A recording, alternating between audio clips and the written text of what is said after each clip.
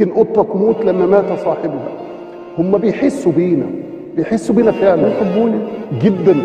تخيلي حضرتك ادي اطعمي كلبك، اتفرجي يبقى منتظرك ازاي، اتفرجي يبقى فرحان بيك ازاي، اتفرجي خلي حد يمثل انه هيضايقك او يؤذيك، تلاقيه واقف بيدافع عنك وبحياته.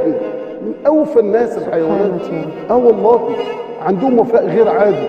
وبيني وبينك والله اعظم من بعض الناس.